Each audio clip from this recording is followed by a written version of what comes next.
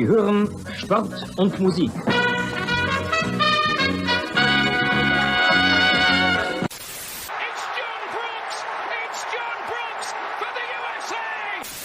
Spiel ist aus! Deutschland ist Weltmeister! In a world where fans fight over whether to call it football, or soccer, two German men defy the odds and call it Fußball. Bringing you inside the German-American football experience. And now, here are your hosts, the Schnitzel Boys. Yippee, yippee, yippee, yippee, yippee, yippee, Yeah! Hey, it's another week of Schnitzel Boys. That's right. It's Monday night, and Monday night is Schnitzel night here That's on true. this deadline day, or deadline transfer era. Deadline day tomorrow, right? Tomorrow, everyone's. But by the time this will be a podcast, it'll be tomorrow. So if you listen to a podcast, it's today. And we got all kinds of rumors you haven't heard anywhere else. Oh, we made half of them up, but they're here exclusively.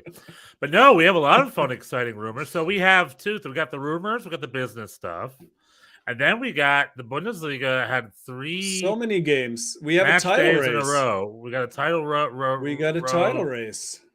A title race ready to I go. was texting somebody before the Frankfurt Bayern game, and I said, if Bayern loses by 28, they're not going to be in first anymore. Which obviously people laughed about. People laughed about, and that wasn't going to happen. But that counts as a title race. Late in the season, right? Second half season. When is the last time that Bayern had a 3-point lead this far into the season? I think it's probably been a while. I don't know. Am I wrong? Don't they only have a 1-point lead right now? Well, they had they were gonna wait. What? Yeah. There's only, I think they have a one. Oh, because Union won. That's true. At the time, they had a bigger lead over Frankfurt. But anyway, yes. Yeah. 1-point lead, 37. Yep. Flyboy 34 and Frankfurt with 32. Those are the top six. It's pretty tight up top. That's nice. That's we haven't seen that in a while. Yeah, not usually number one is up its own league. But Bayern Munich.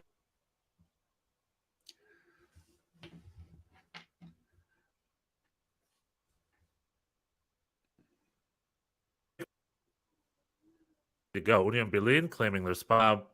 I'm trying to think. The biggest revelation of the return, however, is Wolfsburg, right? They came packing. They didn't just win their first two games; they destroyed it was like 6-0 and then 7-0 or something, or 2-6-0. They just came this goal fest out of nowhere. So when they played Werder Bremen this past weekend, we're like, all right, Werder Bremen, strap in because you're about to get scored on. And Werder Bremen won 2-1. A brace, more braces. There were more braces. You shot two birds. Füllkrug with a brace. Füllkrug scored a brace of birds. This league refuses to make sense. It refuses to be predicted. Yeah. And it refuses to make any sense. So Werder Bremen, with their good return to the top flight, going well, much better than it was 2 seasons ago when they just couldn't get a win under, what was that coach's name? Who then went to coach Wolfsburg. I forgot his name. Remember his name? I should look it up. Coach Werder Bremen, and then he was fired, and then he failed up by then getting Wolfsburg. That did not do well.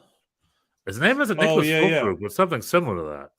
Oh, yeah, I know. I don't remember. Anyway. That guy. We'll come up with his name later. That guy. And Werder Bremen doing well, Wolfsburg doing well. RB Leipzig. We don't claim to know everybody's name. No, there's too many. It's hard for us to tell Germans apart. That's right. They all blend together. The failed coaches of the Bundesliga in the end. Right now, we still remember Pellegrino Materazzo's name, but 3 weeks from now, who knows? Perhaps we won't. No, his name will remember it forever. I mean, his name is Pellegrino Materazzo. You're This saying other that guy's now. name was like You're saying that John now, 6 Smith. months from now. Remember that guy where we used to sing the song? What was his name? Mario. Dasani. Can't remember. His name was Aquafina Dasani. What's his name again? Yeah. But Nico Kovac is one to remember because he's like, remember me? Yeah, it turns out I can coach if it is a bunch of babies. Nico Kovac crushing it right now in most play. I'm looking at this guy's name. And for whatever in my head, I'm like, oh, his name is like Nicholas let it go. Joker. He's fired. Florian Kofeld. Kofeld, that's right. Right? That's his name. It just came to me. I'm just like, what is it? Nick Smith, John Smith? It's fine. Florian Don't try to know everything. It's impossible. Yeah, you know what? We never claimed to be experts. In fact, we're confirmed not to be experts in anything. This is a fan cast that we want you involved. People must be wondering, why are we listening to these guys? We're not listening to us. You're involved with us. It's an interactive show. We got people on the chat. We're fans. We want to talk to you. Hop on the party. It's a fan party, the Schnitzel Boys, all right? If you want a robot droning on about scores, there's other podcasts for that. If you want two imperfect fans that feel and love the game, this is your opportunity to be a fan with us. I couldn't have said it better myself. Exactly. Yeah. We got what's-his-face over there. We got another what's-his-face. That's how we talk. Coach, and then what's-his-face? I mean, if you need us to know Florian Kofeld's name, we're sorry. We're sorry. Other podcasts for that. That's it. Around here, we know Pellegrino Monterazzo for a long time. Right. That's about it. We know that's about it. We know Julia Nagelsmann's name, but he's a man under pressure. Yeah, I guess they were. So, let's talk coaches for a second. The two coaches I love in this league are both doing great. Oliver Glasser and Urs Fischer. Two of the best coaches in the Bundesliga, and they prove it time and time again. Oh. And I know this is the wrong segment. I thought you were a Gerhard Streich guy. I thought you were a Streich guy. I like Christian Streich. Yeah. Yeah. I'm like Gerhard Streich. You mean Gerhard Struber? Oh, that's who you were referring to. All right. Well, see, between the two of us, we'll get Gerhard Struber. Yeah, but Gerhard Struber, I'm a fan of him, and Christian Streich, I'm a fan of him as well. And I do believe that Gerhard Struber, my New York Red Bulls coach, will be a Bundesliga coach at some point. Maybe even this season. Will he? Maybe really? No, wait a minute. Next season. Sorry, next season. I got confused. Oh. Maybe even next season after the New York Red Bulls lift the title. Let's see the here nor there. I like Christian Streich because of energy. I like Oliver Glasner and Urs Fischer because of their tactical nuance. Like one's a Swiss, one's an Austrian, and they can coach. Christian Streich is one of those he's like a older Jürgen Klopp. Maybe not as successful, but he's got that same vibe that the players play for him. He supervises the club. He's got that vibe, so I do appreciate that. Marco Rose, I think, is finally things are looking threatening over at RB Leipzig under Marco Rose. And Timo Werner, who may be coming back to Germany with his tail between his legs a little bit. But he's playing. Hopefully he starts scoring. And maybe RB Leipzig will lift a title this year, which will be a big, big deal. If I'm Timo Werner, if I go back to Germany after a very mixed 2 years in England, and the first thing I do is win a title away from Bayern München, I'd say that was a good move. Right? I agree with you. I mean, Leipzig, I mean, no offense to Freiburg and Union Berlin. And Union Berlin now becoming big players in the international transfer market. So we should just not count them out just like that. But on paper, you would think that they might fade, same as Freiburg already have a little bit, and so you'd think that the contenders are Leipzig and Dortmund, yeah? Or is Isco? Should we talk about Isco? Yeah, there's a time. We got Isco, former Real Madrid ace, being linked, or has it already been done? He's already It's done. It's official. It's official. I only learned about this morning, and I was like, that's got to be the wildest transfer rumor of this window is Isco to Union Berlin. I'm like, I believe that when I see it. And here it is. Only a few hours later, it became official. He had a few options. He was no longer at Real Madrid. He had gone to Sevilla, and the coach there had said that he did not live up to expectations, and they were looking to get rid of him. But then, I mean, he's a multi-time Champions League winner, and you don't associate Union Berlin with those kinds of people. He's 30 years old, so he's not a spring chicken, but he's also not like Pirlo to NYCFC kind of age. Right. So that's next. Isco was also not part of the last, I think, 2 Spanish squads. He's been out of the Spanish team for a little while too. Yeah. Isco is a big name, but it's a big name from the past. He's currently. So you think he's washed? Prime. You're saying he's washed? Sevilla coach. I didn't watch. I mean, I'm not gonna pretend like I've been an Isco expert for the last 2 years. I haven't followed Sevilla, but he is a good player with a great pedigree. But I haven't seen him play in 2 years, right? 2 or 3 years. So I don't know. He could be washed. And maybe he looks at Berlin and Bearsheim and that big club, and he's like, I think I'm just gonna go be a Berlin dude. Maybe. Are you here with me? Did I lose you? I still got you. No, right? I'm here. Okay, good.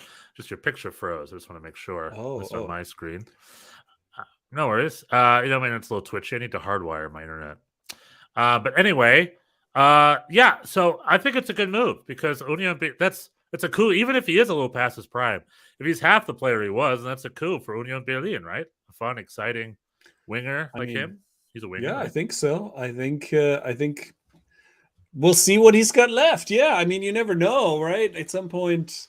If he definitely was surplus to requirements at Real Madrid, and then in Sevilla he also didn't catch on. And sometimes these kind of these downward trajectories can be pretty steep. So we'll see what he's got left. But I mean, you got to admire the ambition for sure. That's an exciting transfer. The other big news of the day is Cancelo. That also came together very quickly. That is a huge transfer, and may already kind of perhaps put a damper on this whole title race hype that we're cooking up here, because that is a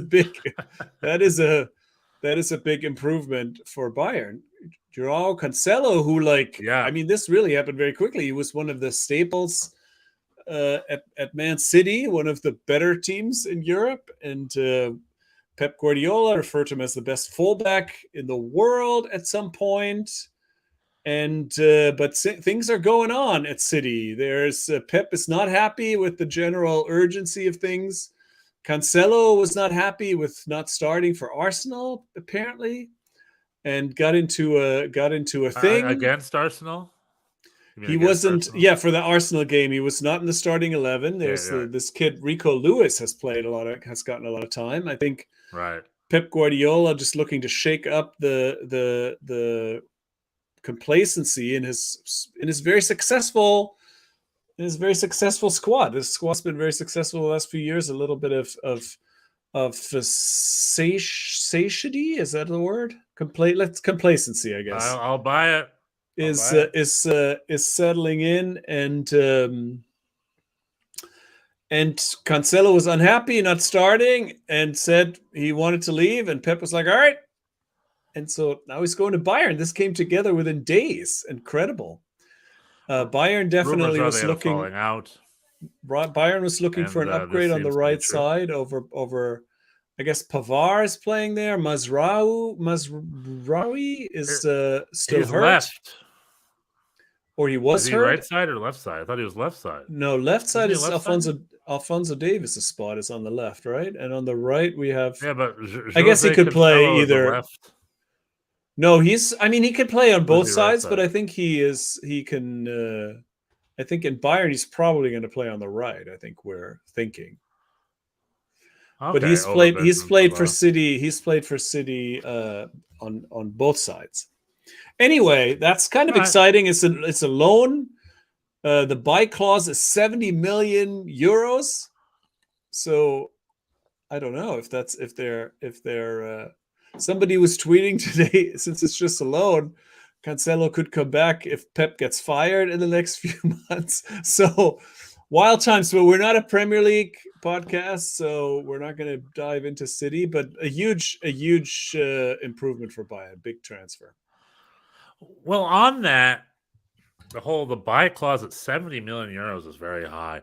I know the other countries like England and France and maybe parts of the big clubs in Spain have done all that stuff.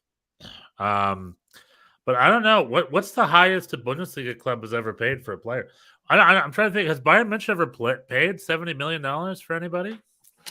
I think I don't know. they are. Well, we can find this out. We have to look that up, but it doesn't really ring a bell. I could be wrong. I'm trying to think, what would their last big signing have been? Leroy, there's Lucas Hernandez, 80 million. That's oh, there you go. They probably and want that's kind of a flop, isn't it? Sané was 60 million. Matthias de Ligt, 67 million. Yeah, no, they could conceivably pay this, perhaps, but we'll see. That's their cap, I think. And it's funny how all those fees have gone to defenders except for Sané. And you'd think Lucas Hernandez was a little bit of a disappointment from that, perhaps. Matthias de Ligt, his word's still out on him.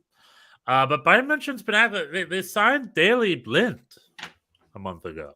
Yeah. Which is interesting to me. And Daley Blind, is he a winger or a defender? I always forget. No, Daley I think Blind I think he's a winger. All right. Well, he's sort of just there. They're just collecting all these players because Daley Blind, I think you got him from. They have him as a defender and a midfielder. Interesting. Well, Bayern mentioned collecting folks, bringing them in because they need firepower. Julian Nagelsmann, firing his goalkeeper.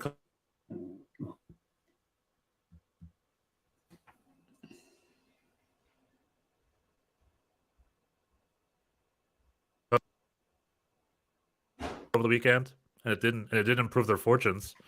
Another 1-1. That's 3 1-1 draws in a row for that club. So they need to get their act together a little bit, but I'm sure they will integrate these new guys. Jose Cancelo will be a great addition. I think it'll be energetic and add a little bit more depth, which might light a fire under the butt of a couple players, which they all need. And good on them. But we haven't seen them really pick up steam this year yet. And their big game in a few weeks is PSG. So really, they need to get ready for PSG. And let's see if they can turn their fortunes around a little bit. If not, RB Leipzig and Borussia Dortmund are there to catch the fallout. Bayer Leverkusen is the other sort of team we have to keep an eye on. They need to turn it around. Have they turned it around, do we think? Well, I think they've definitely improved. They won 2, but then they lost to Dortmund on Sunday. I watched that entire game. Florian Wirtz started for the first time after his big injury, right? Florian Wirtz was not to exaggerate, but probably one of the highest rated talents in Europe, right? Like at some point, he was a really definitely in Germany, yeah, for sure. Yeah, he was kind of on the Kai Havertz trajectory, perhaps a big international transfer, and then he had this knee injury and he was out for a year, and he's just getting back, and he looked good against Dortmund. He ran out of gas at like 60th minute. They took him out, but that game. It ended 2-0 for Dortmund, but there was an early pass from Wirtz that was just beautiful, and Diaby finished pretty well. But Gregor Kobel, the Dortmund goalie, made a great save, and the whole game could have turned differently. I think Leverkusen looked good in that game, but in the end they lost 2-0, and Dortmund seemed, I mean, somewhat more defensively committed. Their midfield, they had Özcan and Can were both sort of playing cleanup. They had a little bit. There was a more defensive intent, I noticed, Right. than there was previously. They still take a long time to transition. It takes them a while to get into their shape, and they certainly needed a bunch of saves from Kobel and a little luck at the end. Like, it wasn't like, oh, they got a shutout. It was lockdown defense. No, but it seemed improved. It seemed like they were trying their defense. Maybe it's also a function of them being on the road. They were a little bit more content to sit back than they are at home. I don't know, but we'll see. We'll see if, as they say, eine Schwalbe macht keinen Sommer. So a swallow doesn't mean, if you see one swallow, doesn't mean it's summer. So we'll see if this one shutout is just a lucky fluke, or if this really means something. I will say this guy Özcan, who is clearly just the midfield muscle, got a yellow at the end for kicking the ball away, and I felt like I was worried about him. I was like, this, in your position, he's going to pick up plenty of yellow cards. He doesn't need to. He doesn't really have any extra ones to give away, in my opinion, just for like that's silly, right? But anyway, we'll see. We'll see how it goes. If you're a midfield enforcer, that's your job. It's like, I get the yellows. Yeah, and it's just like, I'll get one yellow early. Yeah. It's like getting a yellow for taking your shirt. It's like, you don't want to. Yeah, if you come off the bench, if you're the come off the bench scorer and doesn't get a lot of minutes, you could do that. If you're the midfield enforcer, you want to be maybe a little more judicious about your yellow card consumption. Anyway, I thought that was an interesting game. Stupid rule. Let's get rid of the yellow card. The shirt thing. T-shirt. Let's get rid of that. Right. That's a stupid rule. But then everybody will take their shirt off every time. Amen, brother. You know what I'm talking about?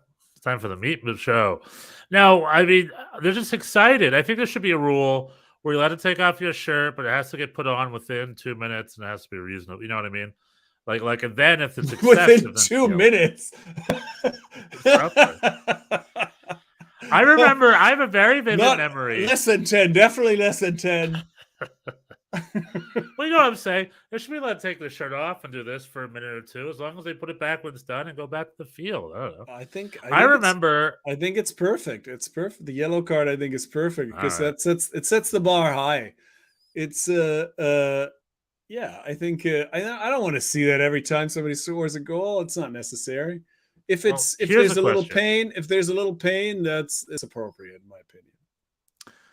I remember many, many, many years ago in the UEFA Champions League, I believe it was. I want to say it was Paulo Sergio for Bayern München or Giovanni Elber, but it could have been Paulo Sergio. I remember when he scored a goal, he took his jersey off and threw it in the audience or in the crowd because he had an identical jersey on underneath. Oh. So, like, when he pulled it off, the exact same jersey was waiting underneath. He just pulled it off and threw it out. I just thought that was so cool and creative. What did the referee do? Did he get a yellow? I don't remember. I think this was before the yellow. I don't remember. I don't remember what the consequences were. But I'm wondering, is that a yellow? I know he took his jersey off, but he had the identical jersey underneath. So, technically not taking his jersey off. I don't know. A gray area. I don't know. I don't know the answer. We'll have to. I just love we'll have to. We'll have to tweet at Colinas Erben to get the answer. Get the answer for that one. Is that the same as? Is that the German version of Pierluigi Collina? Well, it's a Twitter account. Colinas Erben are the descendants or the descendants of Collina, and this is a referee expert Twitter account. But it's not Pierluigi Collina. No, they're the but it's in his spirit, I guess. They're the Erben. They're the what's Erben in English? If you're inheriting the I have to inheritance. Google Erben inheritance. Inheritance. The inheritance of Collina's inheritance. That's who they are. So I have you're right, inheritance. So I have I just want to say I love Pierluigi Collina. I love the fact that he's like a walking ghoul, but he's an excellent referee, and he just missed nothing, and he was a great referee. And from Italy, of all places. Yeah. Definitely. If you speak German, that is definitely a Twitter account I recommend. Collina's Erben. They have very good takes on referee decisions. Generally, every once in a while they take too much abuse and then shut it down for a while because it's apparently people get upset, about referee decisions. And so, but yeah, in general, they have good commentary, and they can be trusted to give you the skinny of what the rules are, as much as anyone can at this point. Yeah, who knows? Excellent. Although something we should also maybe talk about is that there seems to be a movement of, I think it's happening in MLS, maybe it's happening everywhere, where VAR decisions like NFL get explained out loud. Like you can hear the mic. Like I think from now on, VAR decisions, the referee says it out loud for everyone to hear what the call is, and just right out of an NFL game. That's how NFL does it. They look at the review it, and they go in front, be like, holding number 13, penalty foul or whatever. I don't know much about football. And I think this is. I'm interested in watching this happen. My gut feeling is that this is going to create more problems than it solves. I think soccer just doesn't work like it's just sometimes it's hard to explain, right? Like I'm in the opposite camp. They have decisions. I would love, because I think a lot of time is spent speculating, and like I don't think this, I don't think that. So if a referee looks to VAR, looks at it and says, "Okay, offside, interference, thing, that's an offside, no goal." So we hear the decision, so we don't have to speculate whether we think it's a goal or not. We just have to be like, yeah, okay, there we go. It's explained and it makes sense. You know what I mean? More times than not. I'm not saying it's going to solve it. Yeah. I'm sure there'll still be but what about X, Y, and Z? But like, I think that's better than what we have now, which is we look at a screen, we hear nothing, and a decision gets made, and half the people are like, what? And the other half of the people are like, I guess. You know what I mean? Like, it'd be nice to hear the actual explanation while it's happening. And we'll see. I think that's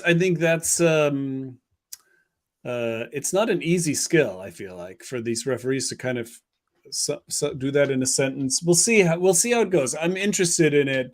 What people do in Germany that they don't do elsewhere is that the referee sometimes will explain things afterwards on camera. Right. That is not something the interview. Like there was a case recently, I think it was Marco Rose, where there were some, he was really upset about something. The referee gave him a yellow card. And afterwards, they kind of worked it out together. It was kind of was inspiring to see, where the referee explained his decision. Marco Rose said, "Oh, I now understand. I have to agree with you. And yeah, I definitely deserved the yellow card. I was pretty out of control." And so only in that's Germany. That's something that happens. Yeah, where people really, there is some people understand each other, and I love that kind of thing. I don't know if saying a sentence right at the game. We'll see how it goes. It's interesting. Yeah, no, that's fun. That's fun. I like it. I want more of that. I want more refs explaining themselves and people understanding whether they're right and wrong. I'm sick and tired. That's been my one criticism of England. I feel like every week, every coach, when they win, like, good game. When they lose, they're like, bad reffing is why we lost. Right. I feel like it's that every damn week. It's a hard job. It's very difficult. I mean, and people can never agree. You always have. I mean, I know this from my own experience. Of course, you always have a partisan. You're never objective. you never look at it objectively. You always look at it through the filter of like my team or who you're rooting for.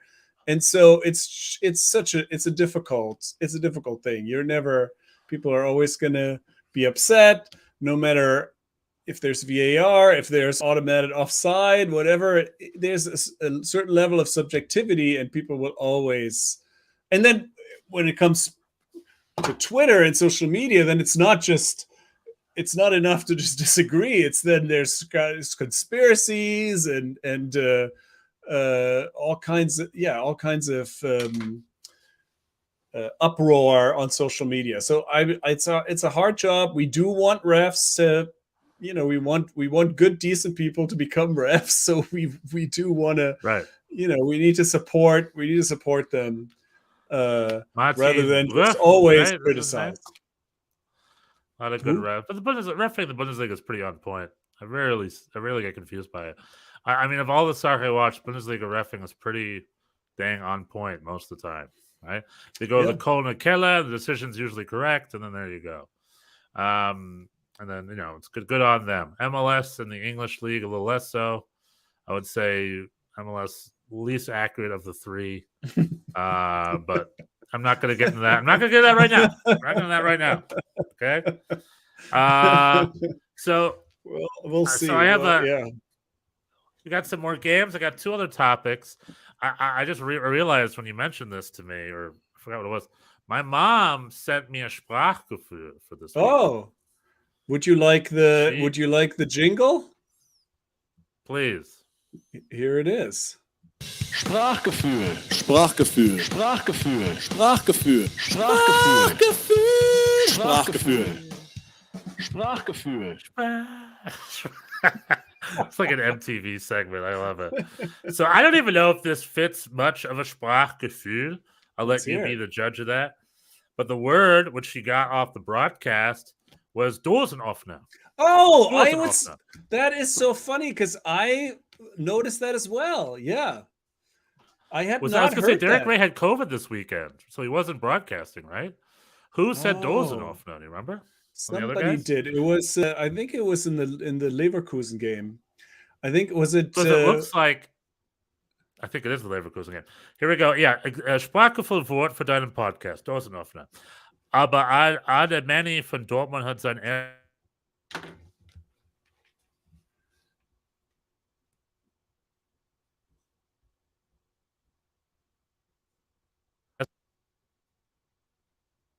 hold on. Dosenöffner. And the point is a can opener. And I think the expression means it's the first of many. That's the point. It's the one. Yeah, it's the first one. That's his can opener goal. So more are coming. That's the idea. But I think it's in reference to the first goal of the game, right? Yeah. Well, it's when Adeyemi scored. I think he scored it was with a 2-0 victory. So that was the can opener. That was not a thing first, right? When I lived in Germany. That was not an expression. This is a recent thing. It's fun though. The can opener. And so it's a reference to the game. You're saying? Not I think so. I think that's how I took it. Yeah. Oh, okay. Yeah. So like if he scores a goal, you know how it is.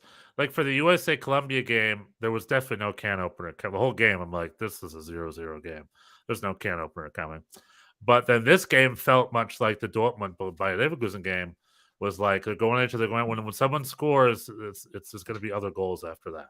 Mm-hmm. Right. And there was one other goal. The break.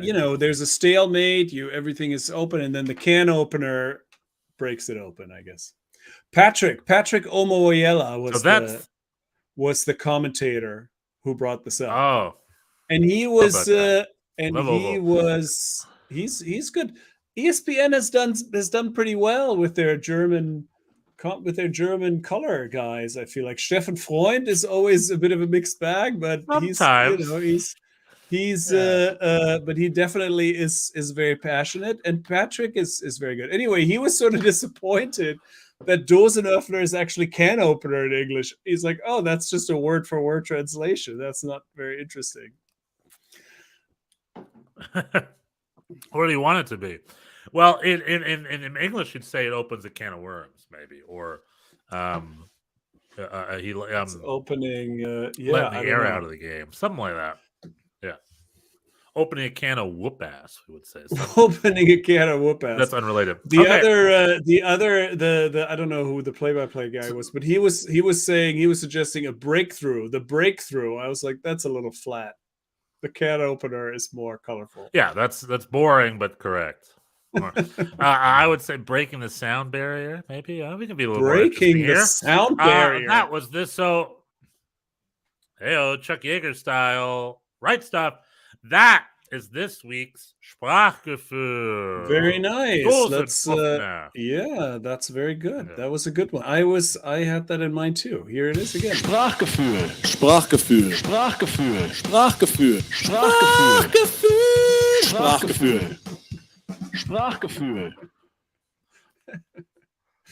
Ow! Makes me laugh. That's your Sprachgefühl. Very nice. I love it. That's a great drop. It's a great drop you designed. There's one other sort of news topic I'll touch on, but how about maybe a couple more games? Bochum did not fare super well against Mainz over the weekend. Yeah. Well, we had that. Two games. Leipzig beat Stuttgart. Yes, Leipzig. Oh, you guys lost midweek too? Who did you guys lose against? Yeah, we lost it. That's what I was going to contrast. We played on the road in Leverkusen and lost 2-0. Oh, but right, 3-2. actually, 2-0. Sorry. No, 2-0 on Wednesday, and actually, but played pretty well. I mean, it's always hard because fell behind early, so game states obviously become important there. But there were some chances, and it was a pretty solid performance despite the loss.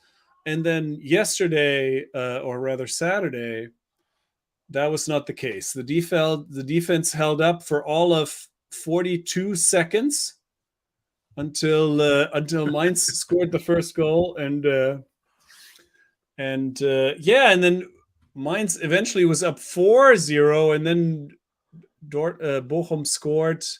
The new midfielder Kunde, who got his first start, he had a goal and an assist, and then it was 4-2. And my friend texted me, "Oh, time to dream," and I was like, "No, 4-2 is not time to dream. 4-2 is making it a little more palatable." Time to wake up. And then in the end, it was 5-2. Yeah, I mean, we have one win on the road this whole season, and 0 ties. So it was. So the away record is poor. So you can't really, But like this last game was a pretty crappy performance. This newfound defensive stability in the 3-game winning streak was apparently short-lived. It was 7 goals in 2 games. So the next game is big, home against Hoffenheim, and Hoffenheim will probably Hoffenheim will hope to separate themselves from the relegation zone by beating Bochum, and we will try to I'm not so sure. Get out of there. I give that game. We'll do some game previews in a bit, but I'll give that game to Bochum. All right, I hope so. They've been poor. Just signed John Anthony Brooks, and John Anthony Brooks just stands there and says, "Come on by." He'll show you. He'll even point out the goal for you. He'll be like, "Did you see that game?" I only saw the highlights, but he did not have a good. I was surprised that he walked into that starting lineup. Same here. He arrived, and me too. He started right away. He hasn't played soccer in 8 months. He was not ready. He was not. I mean, there's no two ways about it. He was not ready. Well, Hoffenheim's desperate. That's why I'm not looking so. And Hoffenheim just sold Rutte to Leeds. Hoffenheim, they are vulnerable. So Bochum at home, if they hold tight and go on the counter, they should be able to get one from Hoffenheim. I keep saying this league is impossible to predict. I dare to predict that Bochum will beat Hoffenheim at home. Who knows? 2-0, maybe 2-1.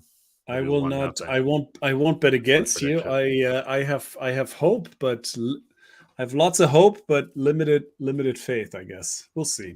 I hope so. I tried to buy I- a Bochum jersey again. Again, it's impossible for the United States. They only ship in and out of Europe, so I'd have to find some sort of middleman service, which would double it. And I'm just like, I have no interest in paying 200 euros for a VfL Bochum jersey. Next time one of my family members comes to visit, we have to get an order in ahead of time. Well, that's my plan. I think I'm going to Germany in October, and I should give myself a little task list of stuff that I should just buy, put in a box, and ship. Bochum jersey, 1 or 2 DVDs, a little this, a little that. Stuff that you just flat out, it's hard for you to get if you don't have a family member sending it to you. And since I don't have family I trust, or I don't have family I want to burden over there, I'll just do it myself next time I'm there. Because, it's it's hassle. I would, like, my sister lives in London, so I could send it to London, have her ship it there. But, like, I don't know. I don't want to put that on someone. You got to buy a box. You got to go to the post office. Yeah. I used to do that for I don't my think brother. it's that big of a deal. I used to buy a lot of clothes for my brother and ship them. It is a pain. Yeah, for sure. From the States? I mean, from the States to Germany? Yeah. Yeah, a lot of, like, my little brother is a very fashionable man. He enjoys, and I guess things are cheaper here sometimes. So that's what I did. Yeah. Anyway. Well, what type of clothes? Like a sweater or like? Oh, like fancy No, jacket, some kind of like a fancy sweater, jacket. Okay. Yeah, like Canada Goose, like a Canada Goose. Yeah, jacket? something like that. I think I've bought a Canada Goose jacket in the past. You can't buy that in Germany. You can, but it's probably significantly more expensive. Germany, everything. Oh, but they ain't cheap. A lady on my old improv team bought a Canada Goose jacket. She spent $700 on the jacket. Ooh. And to me, that just blows me away. I've never spent $700 on clothes. I just bought a full suit the other day. I spent less than half that on the whole suit. So I don't. It ain't me, man. But more power to you. If you want a Canada Goose jacket, they look good. In New York City, they're everywhere. I don't own them. I don't own them. There's some. I think. At the time, I admonished my brother about this because I had heard something about there was some controversy about how Canada Goose gets their goose feathers, and so it was not they rip them in mid-flight. I don't know. I forget what exactly the complaints were. They fly up there mid-flight, just rip them apart. I have bad news, Stefan. Yeah. Our audio delay is back, I fear. Yeah, that's not good. You have been kind of a picture this whole time. How do we, like, if you like, can you hear me now? But it takes a second. I can hear you, but it's a little delayed, like last week. We may have to turn off that recording. That's what we're gonna do. Okay. Yeah, would that happen immediately if I did that? I don't even know how to do that. Let me try that. I was going to say we could. Oh, it's under settings. Yeah, this is how the sausage is disabled made, while live. I can't turn it off. We're stuck. The upcoming games, while you figure this out, we have. I said we had Bochum against Hoffenheim. I think the big one is Dortmund against Freiburg, right? That's another Verfolger duel. And then Wolfsburg at home against Bayern. And Bayern needs a win, man. 3-1-1s in a row. That will not do. But Wolfsburg's been good, so that's also ein Knaller. So those are the two big games. Excellent. Yeah, these are the ones over the weekend. Okay. We've already talked transfers. The only other thing I wanted to bring up, other than previewing the next games, is the Freddie Bobic being fired. I guess all I'll say is Hertha Berlin are just a dumpster fire, and they're always a dumpster fire. Yeah. And let's hope the new sporting director figures it out. I will say, in the past, stuff has been fixed. Like VfL Bochum's, I don't know, I guess it's not fixed, but their new coach was able to offer some answers. So maybe a new sport director at Hertha Berlin can offer some answers. But I think Hertha Berlin needs a full up and down renovation. I don't think a sport director is going to do much for them. to be honest. Yeah, I mean they may benefit from a year in Bundesliga 2. We'll see. Yeah, they really that the Berlin Derby was not close. Union, and this was the 4th time in a row that Union has won the Berlin Derby. So not good for Hertha.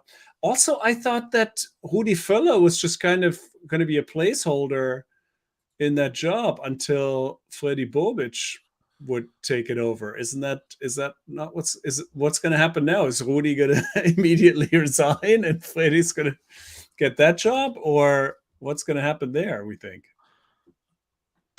I have no idea. It's a good question. I didn't know if Freddy Bobic was up for that job. Was he up for the DFB job?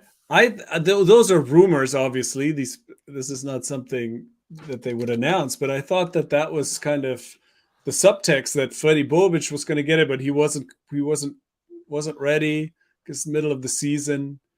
And then the idea was that Rudi Völler would do it, but probably not for that long. Because that's what Rudi does. Rudi is the fill-in guy. Rudi is the guy that you ask when no one else is available, no one else wants to do it, and he does a good job. He's just a low ego kind of dude. I got the wrong Rudi Völler last week, by the way. I was wrong. Remember, I got the wrong. What do you mean? So,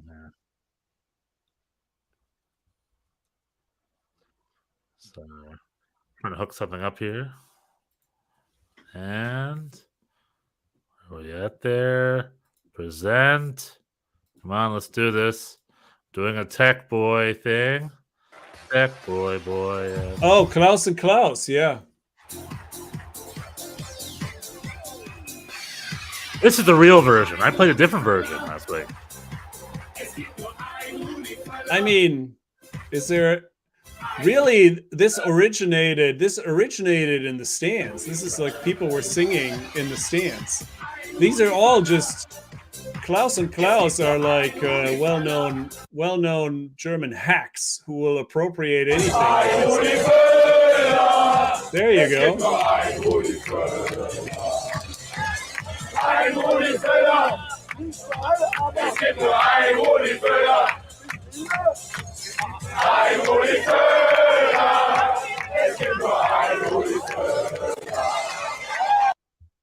Yeah.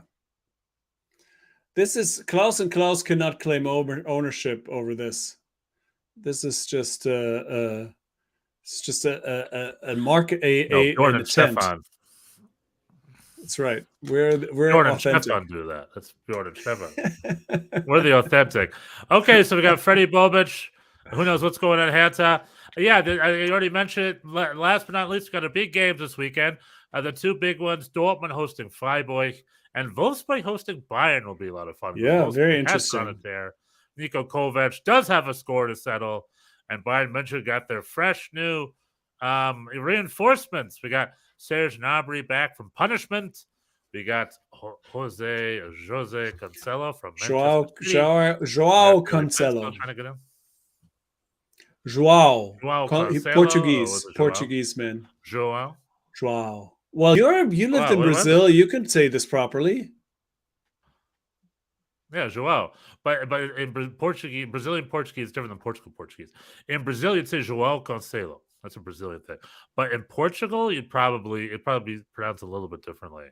It'd be like Joao Cancelo or something like that. I don't know. Right. I'm not going to pretend like I can pronounce Portuguese.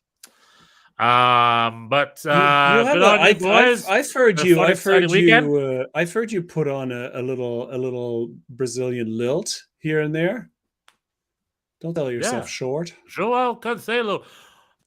Tem gol! Gol de Joao Cancelo! There you have it. Golaço! See? I know. I yell things. All right. One last thing I keep forgetting to bring up. Oh, One last thing I keep forgetting to bring up. This year, Germany and the United States will play a soccer friendly in October. Do you know that, Bjorn?